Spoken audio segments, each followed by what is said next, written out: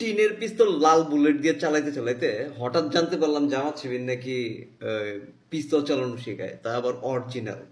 হ্যাঁ, মানে জানতে পারে তো মনে করেন আমি পুরো খুশিতে আত্মহারা। সালটা হয়েছে 2001 কি 2। হ্যাঁ, এই ঘটনা যখন জানতে পারলাম যে জামাত শিবির তো মানে পিস্তল চালানো শেখায়, মানে কিছু আরো কিছু ট্রেনিং মেনিং শেখায়। হ্যাঁ, এখন বাচ্চা মন ভাই, কি করি বলেন তো। মানে সবসময় টিনের পিস্তল গুলো আপনাদের মনে আছে কিনা, যে লাল কালারের বারুদ থাকতো ভিতরে, একটা একটা করে বের হইতো। হ্যাঁ, সেইগুলা চালাইতাম তো ছোটবেলায়।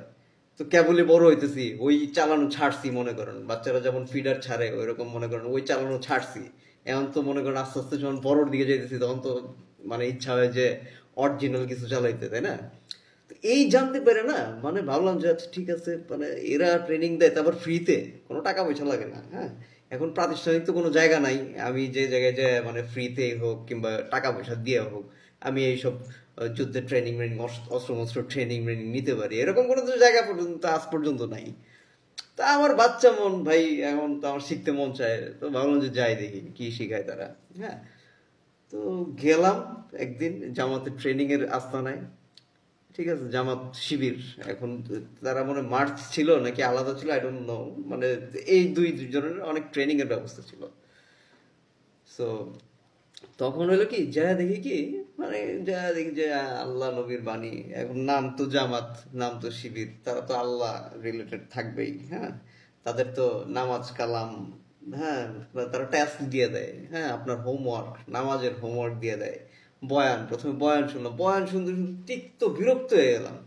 হ্যাঁ, এই কাজ করেন ওই কাজ করেন, মানে প্রথম দিন গেলাম, ভাবলাম যে আচ্ছা নতুন আসছি তো এরা মনে চিন্তাছে না, মানে আস্তে আস্তে পরিচয় পরিচয় বাড়লে আস্তে আস্তে দিবে। দিন যায় আর খালি দেখি যে ইসলামিক লেকচার, হাদিস কালাম, ধোয়া, সুরা টুরা, এই সেই, মানে খালি এইগুলো নিয়েই থাকে। হ্যাঁ, মানে কালকে নামাজ পড়ছি কিনা, আজকে পড়ছি কিনা, এই না বাসায় বাসায় সালাম দিছি কিনা। হ্যাঁ, মানে বাবা মারে সালাম দিছি কিনা। আর এদিকে তো আমি জীবনে বাবা মারে সালাম দিইনি, আমার তো লাগে লজ্জা। আবার এদিকে যায় মানে মিথ্যা বলতে হয়, হ্যাঁ হ্যাঁ দিছি, কিন্তু মানে আসলে তো দেই না। কিন্তু তারা আবার ভেরিফাই করতে চায়, তারা আবার মানে বাসায়ও কানেক্টেড থাকতে চায়। হ্যাঁ, যে আপনার গার্ডিয়ানের তখন তো ফোন টোন ছিল না অত বেশি, নাম ঠিকানা কিংবা নিয়ে যাওয়া মানে তাদের কাছে, কিংবা বাসার ঠিকানা মিকানা চায়। তো অবাক হই, খালি কি ব্যাপার, মানে এত কিছু মানে চাইতেছে, এত এরকম করতেছে, মানে আমি যেটা চাই না।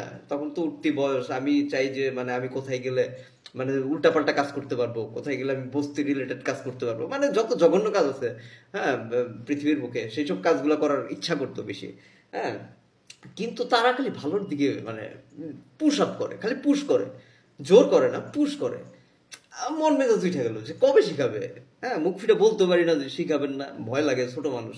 হ্যাঁ, মানে ছোট মানুষ তার বলতে পারে না। আমি তো মনে করছি একাই শিখাবে, সবাই লোক মুখে শুনছি যে এরা নাকি এগুলো শিখায়।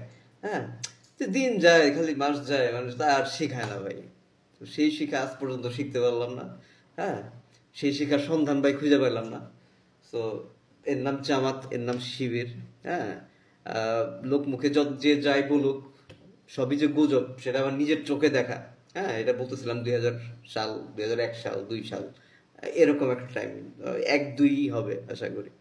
হ্যাঁ, সো তখন থেকে দেখছি ভাই, তারপর থেকে তো নির্যাতিত, মানে তারপর থেকে তো ভ্যানিশ। হ্যাঁ, এই এখন আবার আমরা দেখতে পাচ্ছি অ্যাক্টিভিটিগুলো। চিন্তা করছেন ভাই কতটা স্ট্যাবলিশ, এক একটা স্ট্যান্ডার্ড, জামাতের বলেন, শিবিরের বলেন, ইসলামিক যে হেফাজত বলেন, যে মানে যারা আছে, কতটা স্ট্যান্ডার্ড, কত মানে এদের কিন্তু একটা বড় দোষ এই স্ট্যান্ডার্ডনেস, এই মিউ মিউ। হ্যাঁ, এরা মিউ মিউ করার কারণে এই আজকে কত বছর, মানে প্রায় 60 বছর হয়ে যাচ্ছে এরা ক্ষমতায় আসতে পারতেছে না। হ্যাঁ, 70 বছর হয়ে যাচ্ছে, আই ডোন্ট নো, আপনারা ভালো জানেন। দীর্ঘ সময় এরা ক্ষমতায় আসতে পারছে না, only because of mu mu. এদেরকে অথচ আজকে একটা পোস্ট দেওয়ার কারণে গুম খুন টুন করে ফাঁসি টাসি, ডেলার হোসেনকে মেরে ফেলা হলো। হ্যাঁ হ্যাঁ, মানে কত কিছু করা হলো, কত নির্যাতন নিপীড়ন গেল হ্যাঁ এদের উপর দিয়ে। তবুও তারা যখন মানে এইরকম একটা সিচুয়েশনে, প্রায় 5ই আগস্টের পরের যে সিচুয়েশন, এখন তো সবারই মোটামুটি কম বেশি সবারই আছে, এইরকম একটা সিচুয়েশনে তাকে যদি আপনি যে মারেন, সে আপনাকে কি করে, ভাই মারলেন, ভাই কেন মারলেন, ভাই মারা তো ঠিক না। এইভাবে এত মিউ মিউ করে চলে না ভাই। হ্যাঁ, মানে ইটের বদলে পাটকেল দিতে হবে। জামাত শিবির কিংবা ইসলামিক যারা আছেন, আমি সাধারণ মানুষকে বলবো ভাই একটা বার ট্রায়াল দেন। হ্যাঁ, কেউ কি আছে আজ পর্যন্ত টাকা ফিরাই দিছে? দেখেন হজের টাকা রিটার্ন দিল। মানে অতীতে আমরা ওই যে কৃষি নাকি একটা মন্ত্রণালয়ে কে দায়িত্বে ছিলেন তার রেকর্ড আমরা জানি। তাদের প্রত্যেকটা দেখেন, প্রত্যেকটা মেম্বারের চেহারা দেখেন ভাই। জামাত শিবির ইসলামিক প্রত্যেকটা ইসলামিক হেফাজত যারা আছে, মানে যত ইসলামিক দল আছে প্রত্যেকের চেহারার দিকে তাকান। হ্যাঁ, চেহারা দেখে 5% আইডিয়া করতে পারবেন এরা লোকটা কেমন, এদের ফ্যামিলি মেম্বার, এদের যারা সাপোর্টার, প্রত্যেকের চেহারার দিকে তাকান। আর অন্যান্য যারা আছে ইসলামিকের বাইরে তাদের চেহারার দিকে তাকান। চেহারাই আনাফ ভাই। হ্যাঁ, চেহারাই আনাফ। চেহারাই বলে দিবে কার পরিমাপ কতটুকু, কে খারাপ হলেও সেটার পরিমাপ কতটুকু, কে ভালো হলেও সেটার পরিমাপ কতটুকু, সব চেহারাই বলে দেয় ভাই।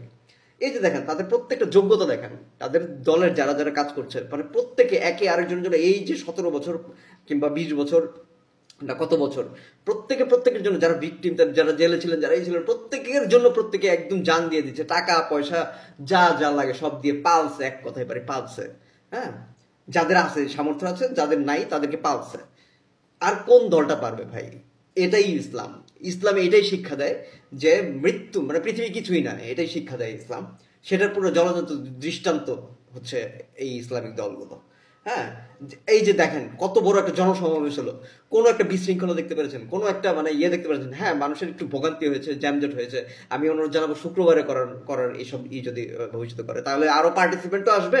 ইভেন শুক্রবার সবারই যেহেতু ছুটির দিন, সেটা একটা সুবিধাজনক থাকতে পারে। যদিও মাঝখানে একটা জুম্মার টাইম থাকবে, জুম্মার তো মজা পাওয়া যাবে, সবাই একসাথে জুম্মা পড়তে হলে মজা পাওয়া যাবে। শুক্রবারে করার আমি বিনীতভাবে অনুরোধ জানাবো।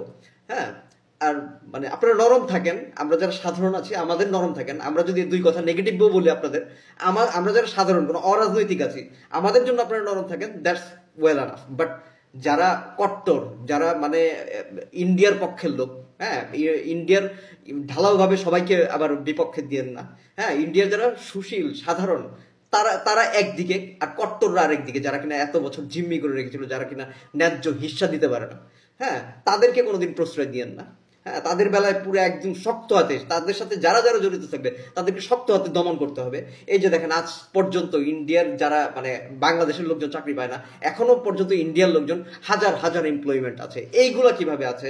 এখন পর্যন্ত ইন্ডিয়ার মানে হিন্দুত্ববাদের পুরা মানে আমি কোনো ধর্ম বলতে কট্টর মুসলিম কট্টর হলেও তাকেও প্রতিহত করতে হবে। আমি হিন্দুত্ববাদ নাম নিয়ে নিচ্ছি কারণ অনেক জুলুম নিপীড়ন হয়েছে, আমরা দেখেছি আমাদের মুসলমান একটা কান্ট্রিতে, মানে পুরা হিন্দু শাসক দিয়ে পুরা পুরা নীল চাষের মতো হয়েছিল। সেই ধরনের হিন্দু আমরা চাই না, যে ধরনের হিন্দু কিনা নিজের জাতিকে পর্যন্ত মানে হিন্দুদের মধ্যে অনেক ধরনের জাতি ভেদ আছে না, ওই ধরেন সে ব্রাহ্মণ কিংবা উচ্চ জাতি, সে তার হিন্দু ভাইকে পর্যন্ত সে জুলুম করে, ওই রকম হিন্দু চাই না। ওই রকম মুসলিম চায় না যে কিনা এইরকম মানে একটু আমি বড় লোক দেখে আমি নিচু, আমি গরিবদেরকে যারা নিষ্পেষিত করে, ওইরকম মুসলিমও চাই না। হিন্দুদের মধ্যে এটা বেশি, এটা হিন্দুদের থেকেই এই জিনিসটা ছড়িয়েছে যে তুমি কি জাত আমি কি জাত, এক জাত আরেক জাতকে ছুতে পারবে না, ওই রকম কট্টর হিন্দুত্ব চাই না। হ্যাঁ, আমি সরি হিন্দুদের নিয়ে আসলে কথা বলার কারণে এই ডিসক্লেমারটা দিয়ে নিলাম যে কোন ধরনের হিন্দু চাই না। সেই ধরনের হিন্দু চাই যারা এত মতভেদ বোঝে না। সেই ধরনের হিন্দু চাই যারা মানে ইন্ডিয়া হোক বাংলাদেশ হোক, যারা মানে মানে এক ধর্ম আরেক ধর্মকে করে না। সেই ধরনের মুসলিম চাই যারা কিনা হিন্দুদেরকে কষ্ট দেয় না, যারা কিনা রাস্তাঘাট আটকে বড় বড় মাইকে টাইকে লাউডলি চিৎকার চেঁচামেচি করে মানে অন্যকে কষ্ট দেয় না। হ্যাঁ, মানে একে আরেকজনের প্রতি ভ্রাতৃত্ব বোধ আছে, এই ধরনের মানে ন্যায্য হিস্সা আছে। হিন্দুর অধিকার হিন্দুকে বুঝিয়ে দেওয়া, মুসলিমের অধিকার মুসলিমকে বুঝিয়ে দেওয়া, এই ধরনের যাদের ন্যায় পরায়ণতা আছে তাদেরকেই চাই। হ্যাঁ, তাদেরকেই চাই। আর এদের বিরুদ্ধে যারা আছে তাদের প্রতি ওই মিউ মিউ শব্দটার জামাত শিবির কিংবা হেফাজত বলেন ইসলামিক কারো পক্ষ থেকে মিউ মিউ চাই না। দেখেন আজকে কোনো ধর্ম মানে না, হিন্দু হোক খ্রিস্টান হোক, কোনো ধর্ম মানে না এই যে নাস্তিকদের কোনো ছাড় চাই না। প্রত্যেকটা ধর্মের যারা আছেন প্রত্যেককে রিকোয়েস্ট করবো নাস্তিকদের ধারে কাছেও যাবেন না। মুসলিমদের একটা আছে, প্রবাদ আছে যে মানে এই পাপের ধারে কাছে যাবেন না। সো ওই রকম নাস্তিকদের ধারে কাছে কোনো ধর্মের লোকজন যাবেন না, শুধু মুসলিম না, কোনো ধর্মের জন্য, খ্রিস্টান হন, বৌদ্ধ হন, মানে হিন্দু হন, নাস্তিকদের ধারে কাছে যাবেন না। ওরা আসলে ওদেরকে প্রতিহত করা, ওদেরকে পৃথিবী থেকে বিদায় করা আমাদের একদম মানে পুরো একদম মানে ইসের দাবি, কারণ এরা পুরো মানব জাতির ধ্বংসের কারণ হয়ে দাঁড়াবে। সো এদেরকে বয়কট করবো, এদেরকে ব্লক করবো। আমরা সবাই কাঁধে কাঁধ মিলিয়ে থাকবো, সবাই ইসলামিক একটা কান্ট্রিকে ক্ষমতায় এনে পুরো এই স্বপ্নকে বাস্তবায়ন করবো ইনশাল্লাহ।